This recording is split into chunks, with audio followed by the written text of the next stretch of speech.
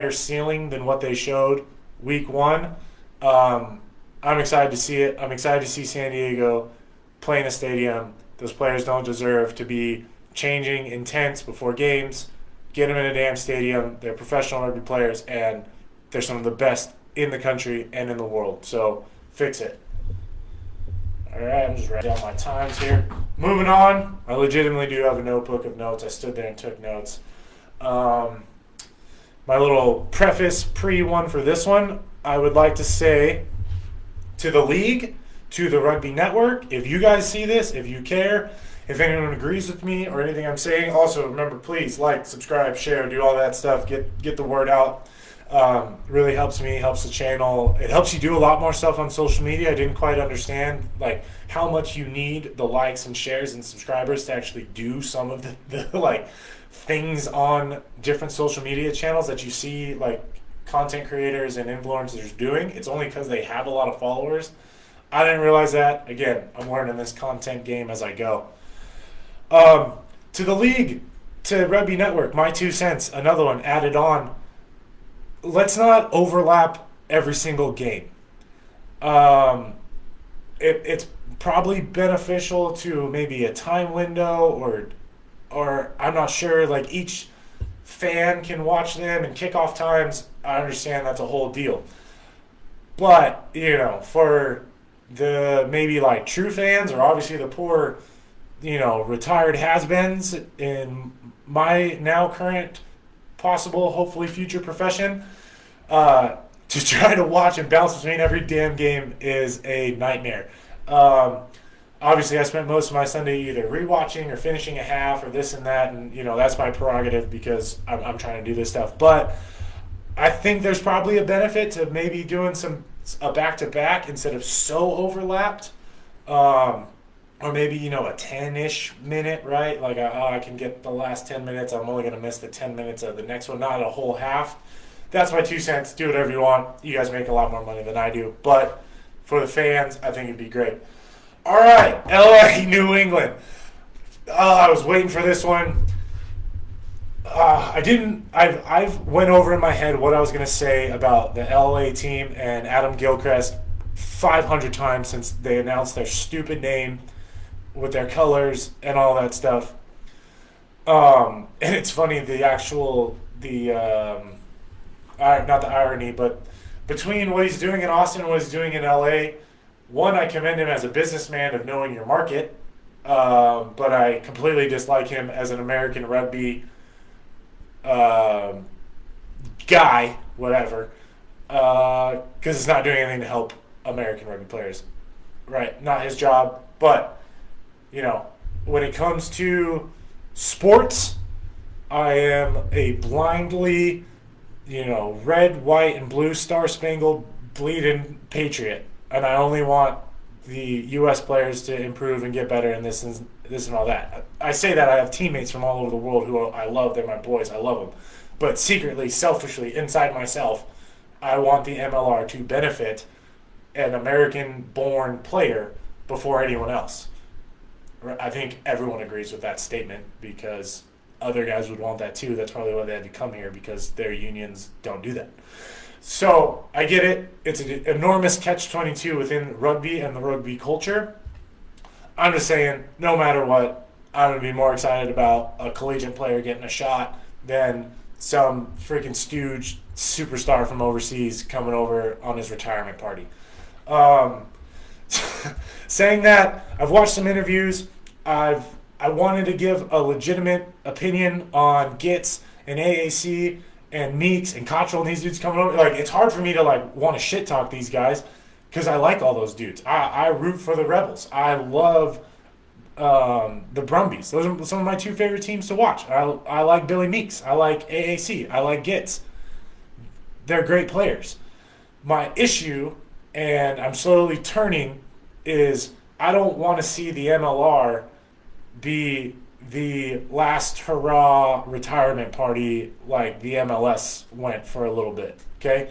If you're coming to, prove yourself, play good rugby, improve the game, all that good shit, that's awesome. I'm all about it. I'm here for it. if it's just like, oh, I'll go play rugby in America. Like, it'll be fun. I'll enjoy it. Get to travel around and, it's American rugby. I'll go play. Fuck you. Like, kiss my ass, dude. Like, I'm not about it. I'm not ever going to support it, right? If you're coming up, you want to prove yourself. You want to prove yourself to get back to Mitre 10, to Super Rugby, to get a gold jersey, to get a black jersey, to get a jersey. Like, that's what you're here for, dude. I'll 100%. But if it's just like, yeah, I guess I'll go play in America. I'm like, all right, well, you can kiss my ass. Like, whatever, right? Patriotic guy. I don't want to be thought of as the, meh.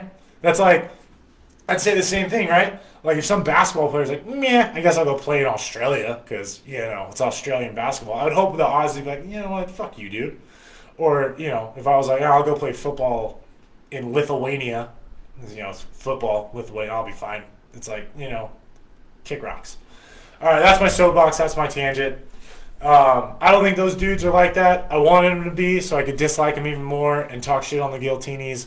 I don't think they're like that. I've watched a couple of the interviews. I think they legitimately want to play good rugby. I think they want to improve the game. Do I know for a fact they want to cash in on the American market? 100%. Good for you. It's the American economy. What the hell is your owner doing? That's why he's here. So it is what it is.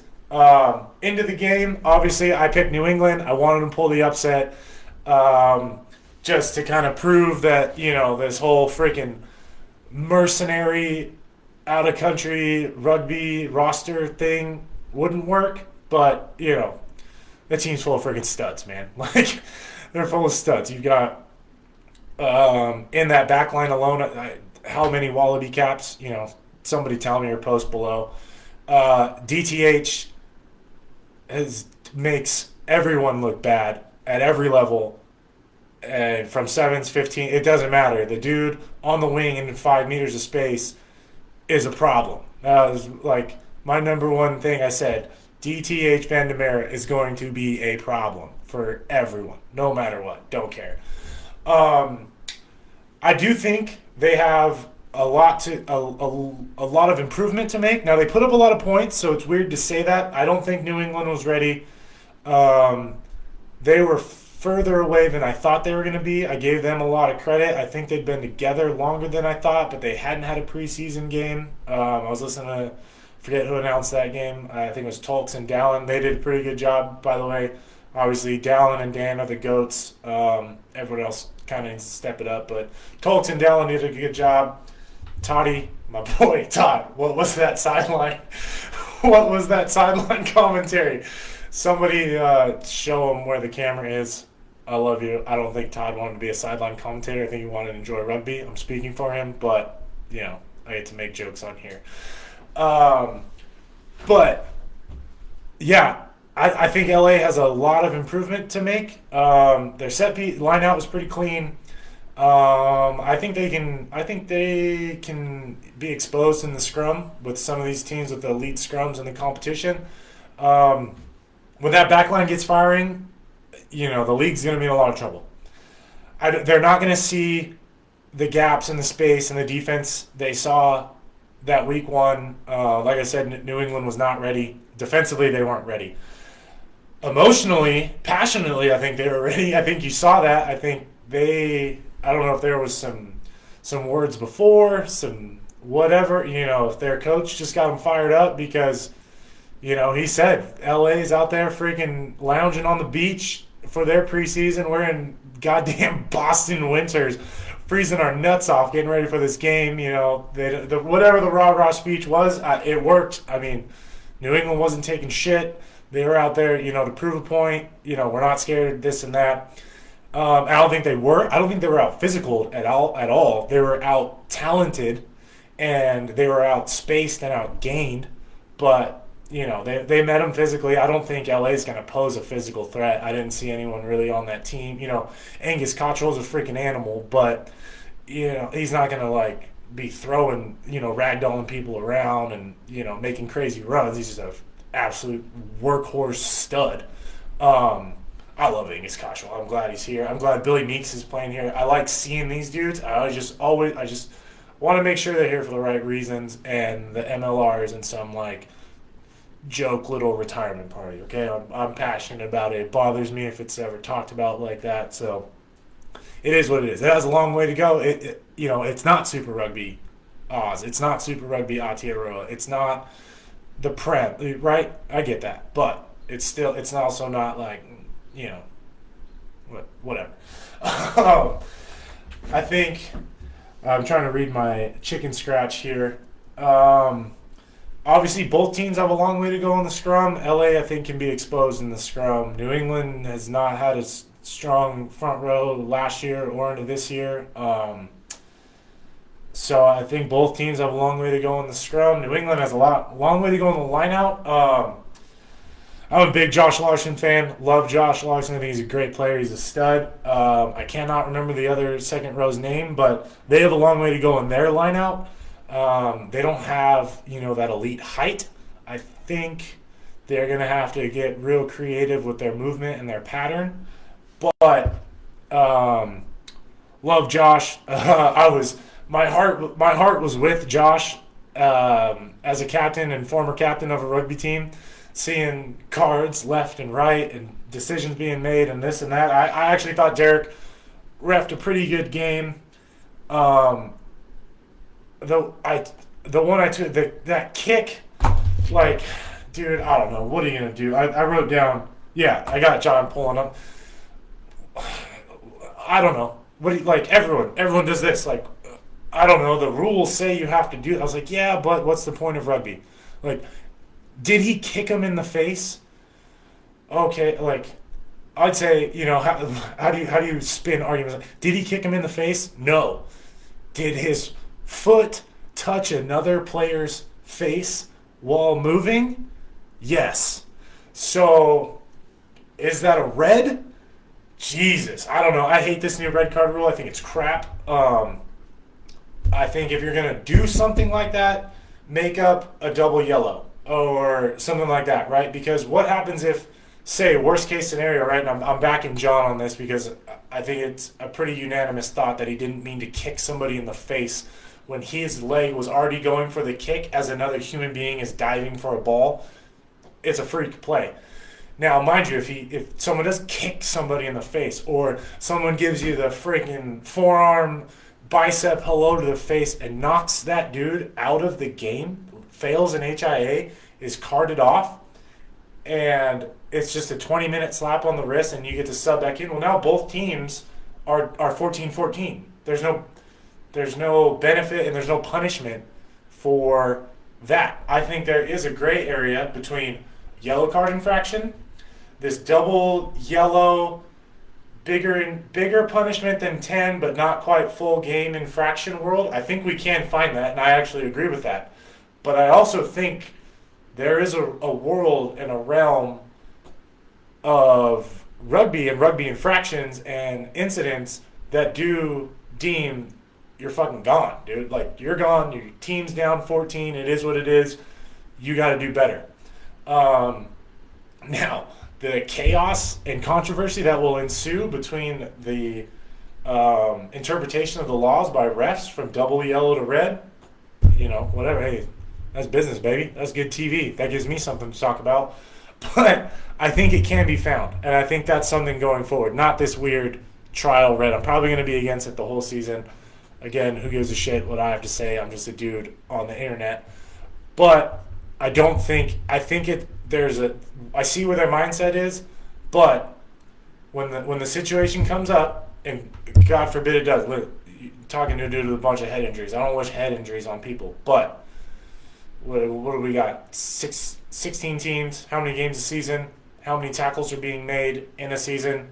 Times that, carry the one, divide by the common denominator. There's going to be a head injury, head collision that happens. And God forbid it's serious enough that he's out, and then the other dude's out, and it happened in the 50th minute, and then we're back to normal. There's not enough punishment, in my opinion. Shout out Brad Leone, in my opinion.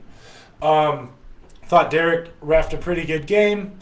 Again, I don't think New England was ready defensively. I think they have a long way to go. You saw huge gaps on some of those back peel plays and just like their general lineout defense, LA exposed them. And then some of the gameplay, I know they were down a man a couple times, but you can't have five dudes in a Mighty Duck V just walk into the try zone. So New England's got a long way to go defensively. I don't think LA is going to be a 40-point a game team. I think they're going to see some teams that are going to smack them in the mouth, right? Give them a little, how you doing? They're not going to give them that type of space, and the defense is going to improve. I'd say probably about week 3, week 4, you'll probably start seeing these scores. About week 7, week 8, they're going to jump up again as attacks get super crisp and super accurate, and it kind of gets to the point like good defense is only good for so long. But yeah, I picked New England. I was wrong. You know, I think it's good that the league is expanding. I think a dude like Gilchrist is good because he wants to spend money. He wants to do big things, and that is good. And he's a homer for Aussies, which he's supposed to be. He's an Aussie. But again, I'd kind of like to see them more involved. There is no shortage of talented rugby players in the state of California. They got big names. He's spending the cash. I don't know what the side deals are for those dudes to be living in Venice or Santa Monica and making MLR money because, we all have a salary cap, and I don't think the MLR salary cap and the accountants, because I don't even think most teams have a damn accountant, can be manipulated and misconstrued as much as the NFL can. I think it's a lot, teams are stuck a lot more. So